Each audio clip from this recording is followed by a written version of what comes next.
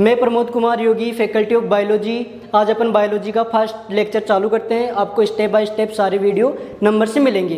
तो अपन स्टार्ट करते हैं कि बायोलॉजी, जो ये बायोलॉजी शब्द है ना, ये कहाँ से आया, किसने दिया और इसके फादर कौन है। पहले अपन इसका बेसिक देखते हैं कि जो बायोलॉजी शब्द है ना, दो वैज्ञानिक थे, लेमार्क वे ट्रेविरेनस।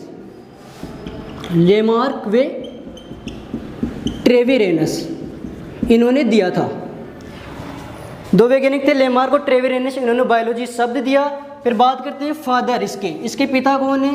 तो फादर ऑफ बायोलॉजी अपन अरस्तु को मानते हैं, क्योंकि सर्वप्रथम अरस्तु ने ही जीवों को दो भागों में डिवाइड किया था। एक तो वे जीव जिनके अंदर नीला ब्लड रहता है और एक वे जीव जिनके अंदर लाल ब्लड रहता है। तो उनके आधार पर जीवों ने अरस्तु को दो भागों में बांटा, इसलिए इनको अपन बायोलॉजी के फादर कहते हैं। फिर अपनी जो बायोलॉजी है ना, इसकी दो ब्रांच चलती है अपने, एक तो चलती है जूलॉजी और एक चलती है अपनी बॉटनी।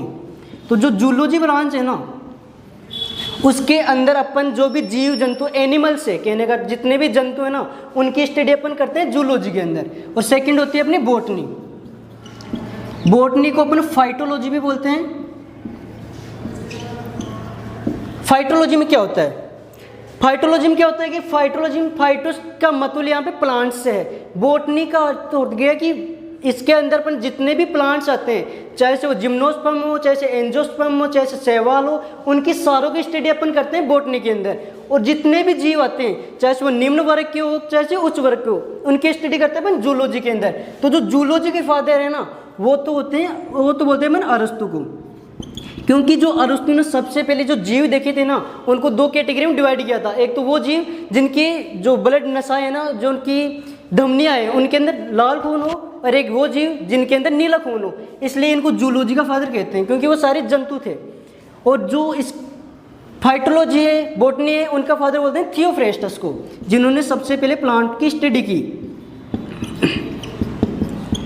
और जो आज का अपना चैप्टर है, जो अपना आज पढ़ेंगे, वो है प्लांट ब्रीडिंग। प्लांट ब्रीडिंग जो किसका पार्ट है, बॉटनी का पार्ट है। प्लांट ब्रीडिंग का अर्थ क्या होता है कि प्लांट के अंदर जो भी जेनेटिक पदार्थ है, आनुवांशिक पदार्थ है, यानी कि गुणसूत्र, डीएनए, आरएनए, उनके अंदर अपन को चेंज करना है। उनकी टेक्नोलॉजी अपन पढ़ेंगे प्लांट ब्रीडिंग में। जो अपना फर्स्ट चैप्टर का जो अपन फर्स्ट चीज पढ़ेंगे ना, वो है प्लांट ब्रीडिंग। तो अपन स्टार्ट करते हैं। इसको मिटाना है भी।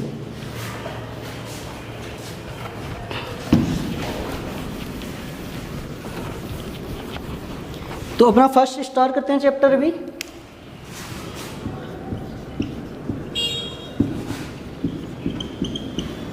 Plant breeding.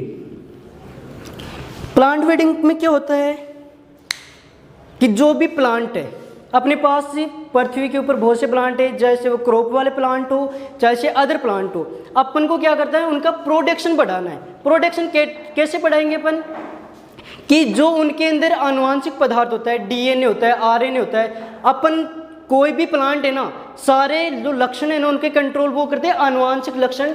कंट्रोल कौन करता है, क्रोमोसोम उनके, जिसको अपन डीएनए या आरएनए बोल सकते हैं। और इनके ऊपर होता है जीन। और ये जीन है ना, किसी भी प्लांट के आनुवांशिक लक्षणों को कंट्रोल करता है, एक पीढ़ी से दूसरी पीढ़ी में लेके जा रहा है। तो अपन इन जीन में ऐसा कुछ चेंज करेंगे जिससे कि वो प्लांट मानव के लिए उपयोगी बन जाए। मानव के लिए उपयोगी कैसे, कि जैसे अपन को अपने एग्रीकल्चर में क्या करते हैं कि किसान भाई आज क्या कर रहे हैं कि अपन को अधिक उत्पादन चाहिए, उसकी क्वालिटी अच्छी चाहिए, तो उसके लिए अपन क्या करते हैं, प्लांट ब्रीडिंग। तो प्लांट ब्रीडिंग क्या है, प्लांट ब्रीडिंग एक कला है, एक विज्ञान है। ये क्या है, एक कला है, विज्ञान है। यानी कि प्लांट ब्रीडिंग एक आर्ट है, एक साइंस है।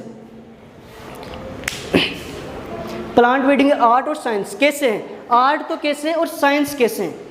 साइंस तो इस प्रकार से, मैंने क्या बताया अभी, कि जो भी प्लांट है उनके अपन जेनेटिक मटेरियल है ना, उसमें ऐसा चेंज करना है जिससे इसमें क्वालिटी इंप्रूवमेंट हो जाए, उसकी जो यील्ड है वो इंप्रूवमेंट हो जाए। तो अपन को उसके लिए साइंस की जरूरत पड़ेगी, क्योंकि डीएनए, आरएनए, इनके अंदर चेंज करना कोई छोटी बात नहीं है। ओनली जो साइंटिस्ट लोग हैं ना, वो ही कर सकते हैं। सेकेंड बात बताई मैंने, कला है, आर्ट है। आर्ट कैसे है, कि जो भी अपन उनमें आनुवांशिक चेंज कर रहे हैं ना, तो उसके लिए अपन को अपने बेसिक नॉलेज की चाहिए। जैसे कि अपन कोई क्रॉप फील्ड में लगा रखी है, तो उसके लिए अपन देखभाल करनी है उसकी, उसको अपन को मैनेज करना है टाइम टू टाइम। उसके लिए एक अच्छे आर्ट, एक अच्छी कला की जरूरत है, हर कोई नहीं कर सकता वो। तो ये एक अपनी कला भी है और साइंस भी है, यानी कि विज्ञान और कला दोनों है, ठीक है। इसके बाद जैसे कि मैंने क्या बताया कि प्लांट ब्रीडिंग की डेफिनेशन ऐसे देखते हैं कि ये कोई प्लांट है अपने पास, ये कोई प्लांट है अपने पास, इसके अंदर कोई भी सेल है, उसके अंदर उसका न्यूक्लियस है, न्यूक्लियस के अंदर क्या है, क्रोमोसोम है, इसके गुणसूत्र है। जो भी इसके क्रोमोसोम है उसके ऊपर जीन प्रेजेंट होते हैं, जीन उसके पूरी स्ट्रक्चर को बना रहे हैं कि ये कितना प्रोडक्शन देगा, इसमें रोग प्रतिरोधक क्षमता होगी या नहीं होगी, सारे उसके जीन के ऊपर डिपेंड करता है। माना कि इस प्लांट के अंदर कुछ भी ऐसे जीन है जिससे प्रोडक्शन नहीं हो रहा और सारी क्वालिटी अच्छी है, जैसे इसमें क्वालिटी भी अच्छा आता है, जो भी सीड आ रहा है उसका, ये रोगों के प्रति रेजिस्टेंस है, या इसमें इंसेक्ट भी नहीं लगता, सारी चीज़ अच्छी है। अपन को क्या चाहिए, हाई क्वालिटी की या हाई प्रोडक्शन चाहिए। तो इसके प्रोडक्शन को इंक्रीज करने के लिए एक जीन होता है, उस जीन को अपन निकालेंगे टेक्नोलॉजी से, और उसको निकाल के उसके स्थान में वो जीन ऐड कर देंगे जिससे अपन को हाई प्रोडक्शन मिलेगा। तो इसी को अपन क्या बोलते हैं, प्लांट ब्रीडिंग। तो इसकी डेफिनेशन कैसे देंगे, प्लांट ब्रीडिंग कला व विज्ञान दोनों है, जिसके अंदर अपन प्लांट के आनुवांशिक पदार्थ में चेंज करके उसको मानव के लिए उपयोगी बनाते हैं। आगे समझ में, ये है अपनी प्लांट ब्रीडिंग की डेफिनेशन। फिर प्लांट ब्रीडिंग की क्या क्या एम हो सकते हैं, क्या क्या उद्देश्य हो सकते हैं, वो अपन देख सके। अपन प्लांट ब्रीडिंग क्यों करते हैं, अपन को कौन सा मजा आ रहा है कि प्लांट ब्रीडिंग करें अपन, तो इसके लिए अपन को क्या क्या क्यों करते हैं, अपन क्या क्या इंप्रूवमेंट करना होता है। तो अपन बात करें इसके उद्देश्य की, तो इसके उद्देश्य अपन क्या हो सकते हैं कि अपने इंडिया के अंदर जो फर्स्ट उद्देश्य है, जो फर्स्ट इसका ऑब्जेक्टिव होता है, वो होता है फसल के उत्पादन को बढ़ाना, यानी कि हायर यील्ड लेना, हायर यील्ड लेना। कैसे, क्योंकि इंडिया है ना एक विकासशील देश है, इसके अंदर जो अपना फर्स्ट एम है ना वो होता है हायर यील्ड लेना, यानी कि अधिक उपज लेना। क्यों, क्योंकि इंडिया एक विकासशील देश है। जो विकसित देश है जैसे अमेरिका हो गया, यूएसए हो गया, उनके अंदर जो फर्स्ट एम होता है ना वो होता है इसकी क्वालिटी को इम्प्रूव करना, और अपने अंदर क्या है, इसकी यील्ड को बढ़ाना। क्योंकि इंडिया की जनसंख्या इतनी ज़्यादा हो रही है कि उनको पहले अपना जो फर्स्ट उद्देश्य होना कि उनको सबको अनाज प्रोवाइड करवाना है अपन को, इसलिए पहला जो एम होगा ना अपन हाई यील्ड, यानी कि अपन को इसमें हाई यील्ड, जैसे कि गेहूं की वैरायटी है कोई, ये कोई गेहूं है और ये कोई गेहूं की दो अलग अलग फील्ड है, इसके अंदर दो अलग अलग क्रॉप लगा रखी है। माना कि ये सोनालिका वैरायटी है और ये है अपनी राज 3077। ये गेहूं की अपने पास दो वैरायटी है। जो गेहूं की सोनालिका वैरायटी है अपन को 30 क्विंटल प्रति हेक्टेयर प्रोडक्शन दे रही है, और जो ये वैरायटी है ये अपन को 40 क्विंटल प्रति हेक्टेयर प्रोडक्शन दे रही है। और कोई किसान चाहता है कि मैं इस चीज़ से संतुष्ट नहीं हूँ कि मेरे को एक हेक्टेयर में 30 या 40 ही मिले, तो अपन क्या करेंगे कि जो ये वैरायटी है ना इनके आनुवांशिक पदार्थ में कुछ ऐसे जीन डाल देंगे जिनसे इनका प्रोडक्शन बढ़ जाएगा। इसी को क्या बोलते हैं अपन, ये क्या है, ये प्लांट ब्रीडिंग है। अपन क्या करें, प्लांट ब्रीडिंग में करते क्या कि उसके आनुवांशिक पदार्थ में चेंज करते हैं, वो ही कर रहे हैं। और कौन सा जीन डाल रहे हैं जो अपन को हाई प्रोडक्शन दे रहा है, तो इसी को क्या बोलते हैं प्लांट ब्रीडिंग। इसका अपना मेन जो एम था ना वो क्या हो गया, यील्ड को बढ़ाना। तो प्लांट ब्रीडिंग का फर्स्ट एम क्या हो गया, उद्देश्य क्या हो गया, अपना यील्ड को बढ़ाना। फिर बात करते हैं अपन सेकंड, इसका जो एम होता है, उद्देश्य होता है, वो क्या होगा। तो इसका सेकंड उद्देश्य होगा अपना क्वालिटी इंप्रूवमेंट करना। किसी भी क्रॉप के अंदर जो क्वालिटी है उसको इम्प्रूव, जैसे कि अपन बात करें राइस की, चावल की, तो जो चावल अपने मार्केट में बहुत से प्रकार के चावल मिलते हैं। एक तो नॉर्मल वाले मिलते हैं, एक अपन को बासमती, तो अपन को वैसे दिख रहा है कि क्या क्वालिटी है। सेकंड बताऊं तो इसकी जो कुकिंग क्वालिटी है ना उस पर अपन ज़्यादा ध्यान देते हैं कि कौन सा राइस, एक तो जो राइस जल्दी पक जाए और अच्छे से पक जाए वो अपन को चाहिए, एक जिसमें टाइम लगे और पकने के बाद टूट जाए, तो वो राइस का अपन क्या करेंगे, तो वो ये होती है क्वालिटी। तो एक तो राइस की क्या होती है, कुकिंग क्वालिटी। सेकंड बात करें अपन जैसे कि गेहूं की या वीट की, जो वीट होता है अपना गेहूं, उसकी मिलिंग क्वालिटी। मिलिंग क्वालिटी क्या होती है कि उसको अपन जब पीसते हैं तो एक तो अच्छे से पीसे, एक कुछ देखते हैं अपन नॉर्मली खराब पीसता, तो वो मिलिंग क्वालिटी होती है। तो अपन इस चीज़ को भी अपन प्लांट ब्रीडिंग में ऐड करते हैं कि अपन जो बना रहे हैं, जो भी प्रोडक्शन कर रहे हैं, जैसे कि सीरियल क्रॉप है तो राइस हो गया, वीट हो गया, तो राइस है ना उसमें अपन जो कुकिंग क्वालिटी है उसको इम्प्रूव करेंगे, जो वीट है उसमें मिलिंग क्वालिटी है उसको इम्प्रूव करेंगे। तो ये भी क्या है, अपना एम होना चाहिए प्लांट ब्रीडिंग का। फिर थर्ड की बात करते हैं अपन, जो अपना तीसरा उद्देश्य होता है वो होता है disease and insect resistance. Disease and insect resistance variety.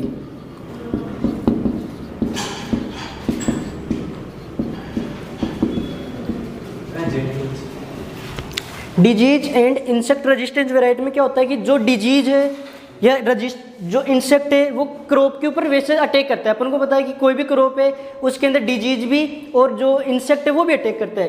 तो जो डिजीज और इंसेक्ट है ना, उनसे पहले तो अपन को ये पता होना चाहिए कि कितनी % आनी होती है, कि डिजीज और इंसेक्ट जब अपनी क्रॉप पे अटैक करते हैं तो उनसे लगभग 26% है ना, वो अपना उससे जो प्रोडक्शन है ना वो कम हो जाता है। तो अब देखो ना 26% कितनी बड़ी डाटा है। यदि अपन को इसको सुधारना है तो इससे प्रति रेजिस्टेंस, यानी कि वे किस्में जिनके अंदर ना तो रोग लगे ना कीट लगे, ऐसी अपन को किस्में तैयार करनी है। तो होती है रेजिस्टेंस वैरायटी, किसके प्रति, इंसेक्ट के प्रति और डिजीज के प्रति। ना तो उनमें इंसेक्ट लगे ना डिजीज, और इंसेक्ट और डिजीज नहीं लगे तो क्या होगा, अपन का 26% जो प्रोडक्शन है ना वो ज़्यादा होगा। तो ये भी अपना एम होना चाहिए। फिर बात करते हैं अपन फोर्थ एम की, यानी कि फोर्थ उद्देश्य क्या होना चाहिए अपना, तो अपन को हाई इफिशियंसी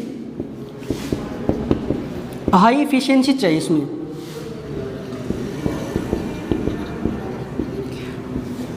हाई इफिशियंसी का अर्थ क्या होता है,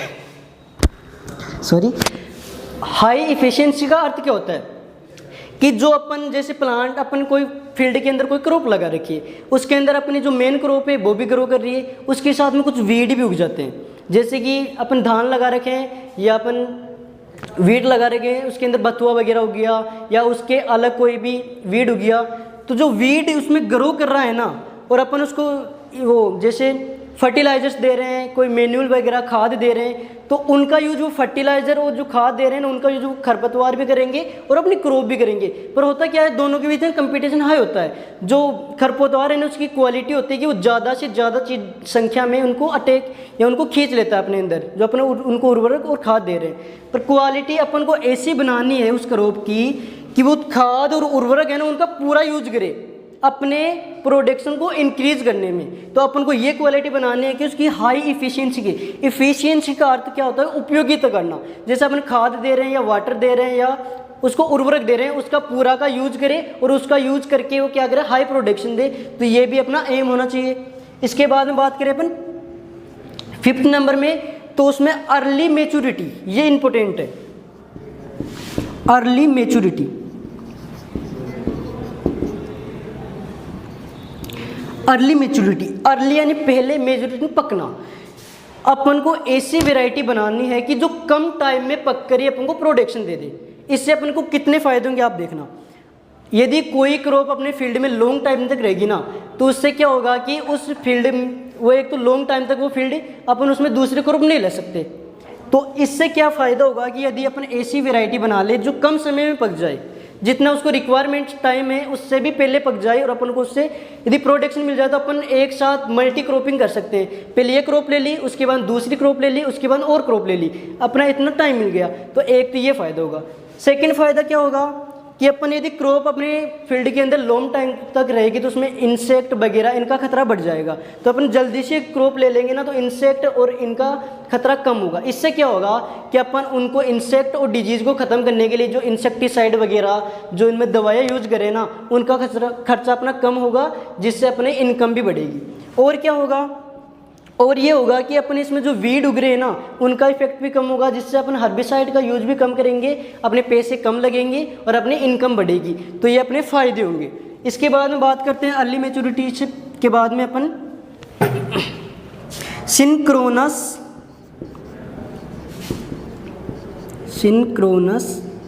मैच्योरिटी, ये भी बड़ी इंपॉर्टेंट है। सिंक्रोनस मैच्योरिटी क्या होती है, समकाल पक्वता। इसका मतलब क्या होता है कि अपने कोई भी क्रॉप है फील्ड के अंदर, जैसे अपन मेनली मूंग की बात करें, मूंग के अंदर क्या होता है कि फलियां है ना वो टाइम अलग अलग टाइम पे पकती है। जो ऊपर फलियां आ रही है ना वो लेट पकती है, जो नीचे आ रही है वो पहले पक जाती है। उसमें क्या अपन उसकी कटाई करते हैं ना, उसमें अपना नुकसान होता है। यदि पूरी क्रॉप अपनी टाइम पे पक जाए ना तो अपन आराम से कटाई कर सकते हैं। जैसे अपन मूंग में देखते हैं कि जो नीचे वाली फली है ना वो पहले पक जाएगी, ऊपर वाली बाद में पकेगी क्योंकि बाद में आ रही है। तो इनमें क्या होगी, सिंक्रोनस मैच्योरिटी नहीं है। जो नीचे वाली पहले पक गई ना उससे दाने निकल निकल के बाहर गिर जाएंगे, जिससे अपना यील्ड कम होगी। इसलिए अपन को ऐसी वेराइटियाँ बनानी है जिसमें सिंक्रोनस मैच्योरिटी यानी कि एक साथ ही सारी फसल पके, जिससे अपन कटाई भी आराम से कर सके और अपने यील्ड भी हाई हो सके। तो अपन को इन चीज़ों का ध्यान रखना है। इसके बाद में बात करते हैं अपन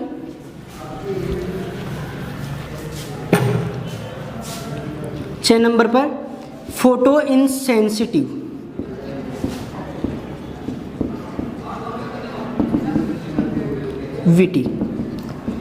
फोटो इनसेंसिटिविटी क्रॉप्स, इसमें क्या होता है कि प्रकाश के प्रति संवेदनशील ऐसी क्रॉप को लगाना है। जैसे इसका ऐसा मतलब होगा कि अपन कोई नए फील्ड के अंदर अपन कोई वैरायटी यहाँ पे लगा रहे हैं राजस्थान के अंदर, उस वैरायटी को अपन को यदि मध्य प्रदेश में लगाना है या गुजरात में लगाना है तो वहाँ का टेम्परेचर एनवायरनमेंट और अपना एनवायरनमेंट अलग है। तो ऐसी क्रॉप बनानी है कि जिसको यहाँ ग्रोथ करे तो वो यहाँ भी ग्रो करे, दूसरे स्थान पे ले जाए नए एनवायरनमेंट में जहाँ पे उसको सनलाइट वगैरह अलग अलग लॉन्ग ड्यूरेशन और कम ड्यूरेशन या तो हाई ड्यूरेशन मिले या लॉन्ग ड्यूरेशन मिले, तो वो भी अपन को ध्यान में रखना है। ऐसी वैरायटी बनाएगी जिसको दूसरे जगह ले जाए ना तो भी अपन को उतना ही प्रोडक्शन मिले जितना कि अपन को पहले वाली जगह मिल रहा था। तो अपन को फोटो इनसेंसिटिव क्रॉप्स का डेवलप करना है, जिससे अपन को कि किसी भी स्थान पर उस वैरायटी को लगाना तो वही यील्ड मिले जो कि अपन को इस जगह मिल रही है। इसका अपन को ध्यान रखना है। उसके बाद डोरमेंसी क्या होती है, सुसुप्त अवस्था। सुसुप्त अवस्था क्या होती है पहले तो आपको ये पता होना चाहिए कि जो भी सीड है क्रॉप के वो कुछ टाइम के लिए ऐसी अवस्था में चले जाते हैं जहाँ पे वो अंकुरित न हो, और उनको यदि अपन उनके जैसे सीजन आ जाएगा और उनको खेत में ग्रो कराएंगे ना तो वो अंकुरित होंगे।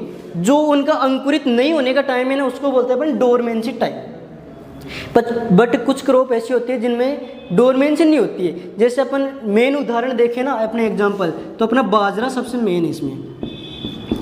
जब अपन बाजरे की कटाई कर लें यानी कि पर्ल मिलेट, जब हम पर्ल मिलेट या बाजरे की कटाई करते हैं ना और उस कटाई करके उसके जो भुट्टे हैं उनको अपन डाल देते हैं ज़मीन पे, उस टाइम यदि बरसात होगी तो क्या होगा कि जो इसके सीड हैं, इसके बीज है बाजरे के, वो बरसात के पानी से नमी को लेकर अंकुरित हो जाएंगे। इसका मतलब क्या हुआ, उसमें डोरमेंसी नहीं है। और यदि बीज अंकुरित हो जाएंगे तो अपने कुछ काम के नहीं बचे, इससे अपने यील्ड कम होगी।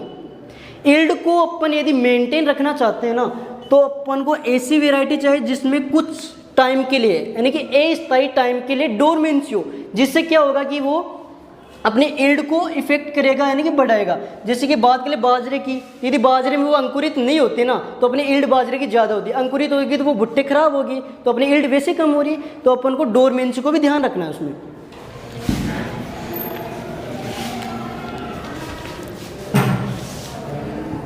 नेक्स्ट टॉपिक की बात करें, variety for new season. Variety for new season, इसका मतलब क्या है, यानी कि नए सीजन। जैसे अपन मेज की बात करें, मेज वैसे है किस सीजन की क्रॉप, खरीफ की क्रॉप है, पर अपन ने मेज की ऐसी वैरायटी डेवलप कर दी जिसको अपन तीनों ऋतुओं में लगा सकते हैं। मेज को अपन खरीफ में भी लगा सकते हैं, रबी में भी लगा सकते हैं और जायद में भी लगा सकते हैं। तो अपन को ऐसी ही वैरायटी और डेवलप करनी है अदर क्रॉप्स की जिसको अपन हर ऋतु में लगा सके। जैसे टमाटर आजकल अपन को हर ऋतु मिल जाते हैं, जैसे अपनी मिर्च हुई वो भी हर ऋतु मिल जाते हैं, जैसे अपना ये मेज हुआ वो भी हर ऋतु मिल जाता है। तो अपन को ऐसी वैरायटियाँ डेवलप करनी है जो कि अपन को हर चीज़ में ग्रो करा सके, जिससे क्या होगा कि अपन को जो भी चाहिए चीज़ अपन को, जैसे मेज अपन को तीनों ऋतु में चाहिए तो उस भी ऋतु में अपन ले सके उसको। इसलिए अपन को वेराइटी फॉर न्यू सीजन, अपन को उसके अंदर ऐसे जेनेटिक्स चेंज करने हैं जिसको अपन किसी भी सीजन में लगाए ना तो आराम से प्रोडक्शन दे सके अपन को।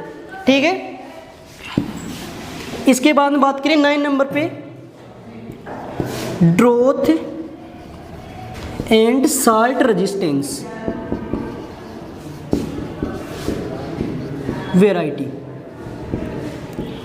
इसमें क्या होता है, रजिस्टेंस का अर्थ मैंने पहले बताया, रजिस्टेंस का अर्थ है प्रतिरोधी, उस चीज़ को सहने की उसमें क्षमता हो, उसके प्रति भी वो काम कर सके। तो किस किस के प्रति, ड्रोथ यानी कि सूखा, साल्ट यानी कि लवणता। अपन बात करते हैं इंडिया के अंदर, इंडिया में जो भी खेती है ना सारी मानसून पे आधारित है, तो कोई ज़रूरी नहीं है कि हर टाइम वर्षा ही हो, सूखा भी पड़ सकता है। और अपन मेनली जैसे अपन राजस्थान की बात करें ना, वहाँ पे लगभग सूखा है तो वहाँ पे साल्ट का भी जमा हो रहा है। तो अपन को तो ऐसी वैरायटी चाहिए ना कि जो सूखे में भी प्रोडक्शन दे और जहाँ पे लवणीय भूमि है वहाँ पे प्रोडक्शन दे। तो अपन को प्लांट ब्रीडिंग का यूज करके ऐसी वेराइटियाँ डेवलप करनी है कि जो अपन को सूखे क्षेत्र के अंदर भी अधिक प्रोडक्शन दे और जहाँ पे साल्ट का जमा हो ना वहाँ भी प्रोडक्शन दे, उसमें कुछ भी इफेक्ट नहीं पड़े। क्योंकि अपन राजस्थान के, अपन को पता है कि यहाँ पे सूखा है और यहाँ पे लवणीय मृदा भी है, तो अपन को इसका विशेष ध्यान रखना है। ठीक है, इसके बाद में अपन बात करें यदि नॉन स्टेरिंग,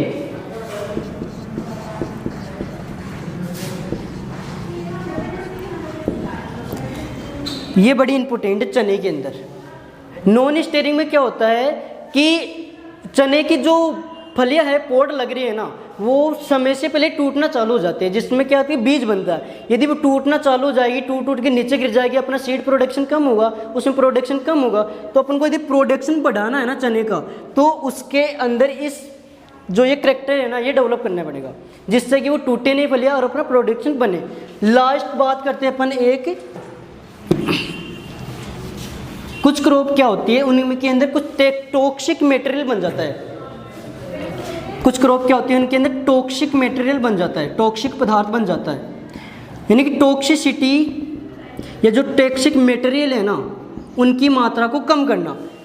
कुछ क्रॉप जैसे कि बात करें अपन सरसों की, सरसों के अंदर एक पाया जाता, जो सरसों का तेल है ना उसके अंदर इरोसिक एसिड पाया जाता है, जो कि क्या होता है अपने के लिए हानिकारक होता है। सेकंड बात करें अपन कपास की, कपास के अंदर जो कपास का ऑयल है उसमें गोसीपोल पाया जाता है। और बात करें खेसारी दाल की, उसमें लेथाइरस पाया जाता है। ठीक है, ये क्या है कि ये इनके अंदर पाए जाने वाले टॉक्सिक पदार्थ है, विषैले पदार्थ है, जिनका दिन यदि अपन सेवन करते हैं ना तो बॉडी पर हानिकारक प्रभाव पड़ता है। तो अपन ऐसी चीज़ों को क्यों खाए, जब अपने पास यदि प्लांट ब्रीडिंग जैसी टेक्निक है, अपन इनको सुधार सकते हैं, तो अपन इसमें सुधार कर सकते हैं ना। तो अपन को प्लांट ब्रीडिंग का यूज करके ऐसा जीन डालना है जिससे कि ये टॉक्सिक पदार्थ ने बने नहीं क्रॉप में। ठीक है, आ गया समझ में? आपकी क्लास कंप्लीट। Thank you.